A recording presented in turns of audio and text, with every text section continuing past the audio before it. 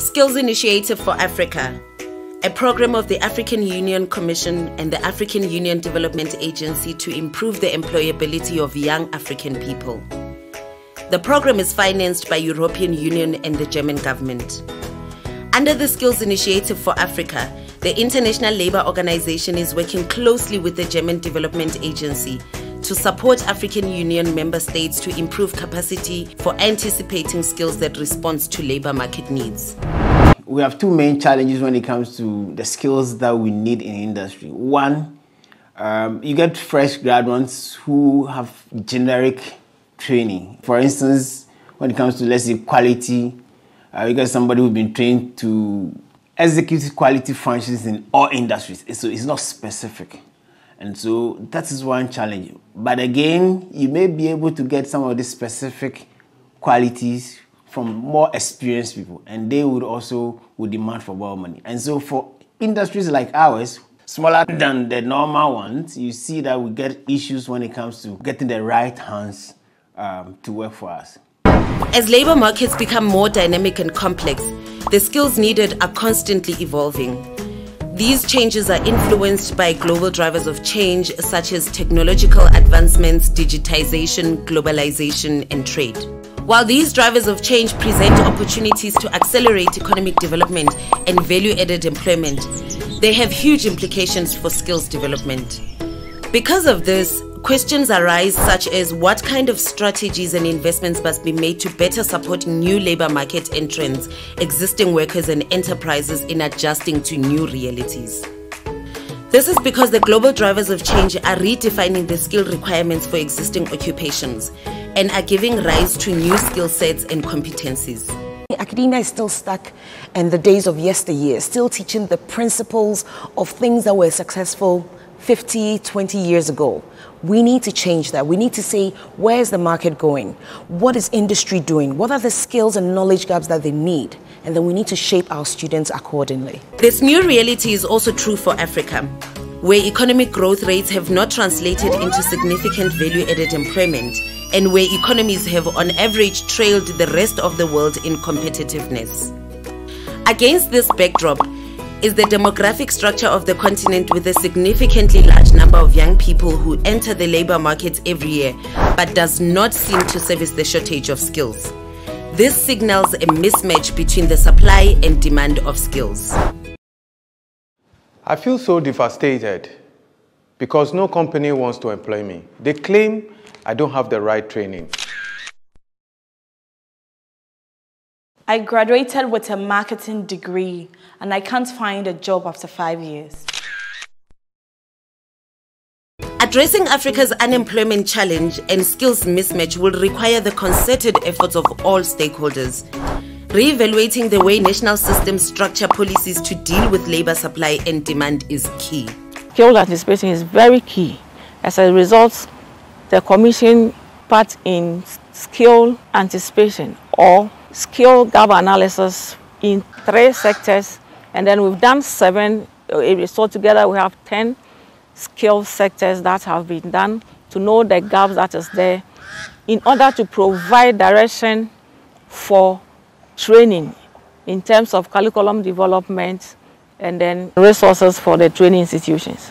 Coming from where I sit, the Sector Skills Council for Tourism and Hospitality, one of our major role is to bridge industry and academia so that students that come from academia will be responsive to labor market needs. That is where our role as a Sector Skills Council come in, to identify those skills that we need to meet our current needs as far as the labor market is concerned, and also to anticipate future skills needs of the country and, for that matter, the industry.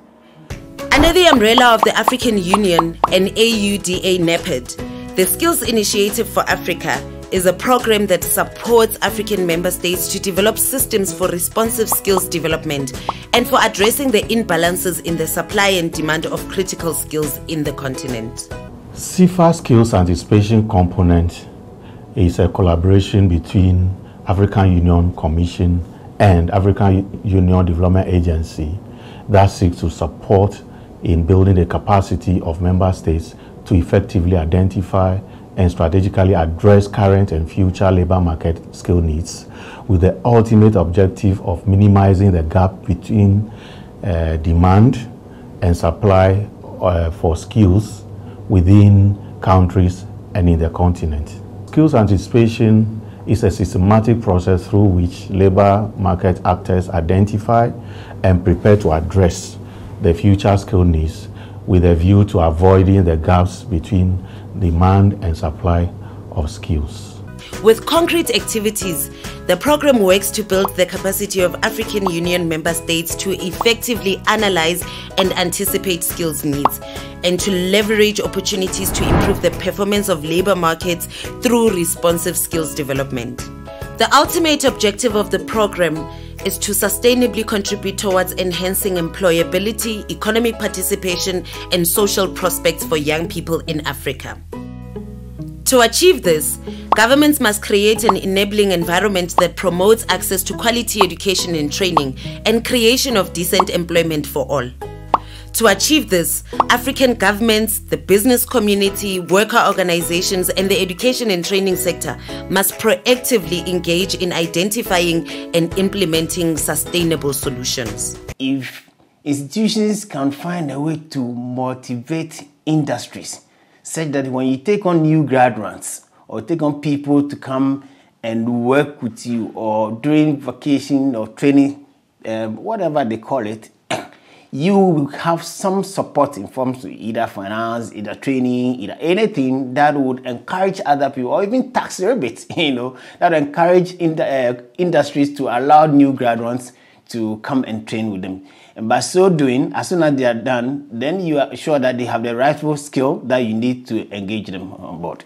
The International Labour Organization defines effective and coherent labour market information systems as a foundation for achieving sustainable labour market solutions and skills anticipation as a building block for systematically assessing required skills. There's the need to ensure that the kind of skills that we equip people with are relevant to take them across the global market space.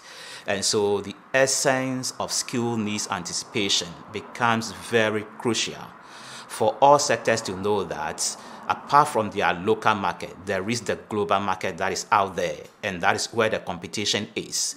And so how are we able to lift up our competencies to take advantage of the opportunities globally?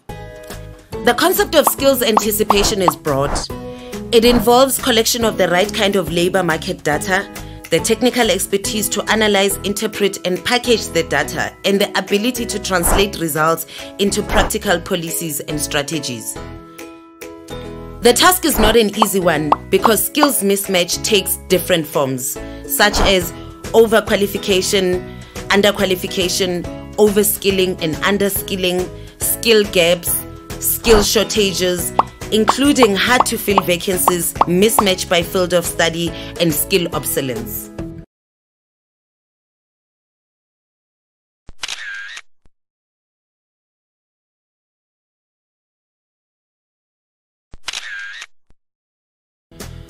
On the labor supply side, mismatches are experienced when people receive training and are still unable to find a job that corresponds to their skill level, which means they are not employed at their full productivity potential. While on the labor demand side, skills mismatch are experienced when employers have difficulties attracting the right skills, thus affecting their ability to innovate and supply products and services, leading to possible loss of profits and markets. I think there should be collaboration between the training institutions themselves and the industry. They should come to us now and, hey, what do you do? How do you do it?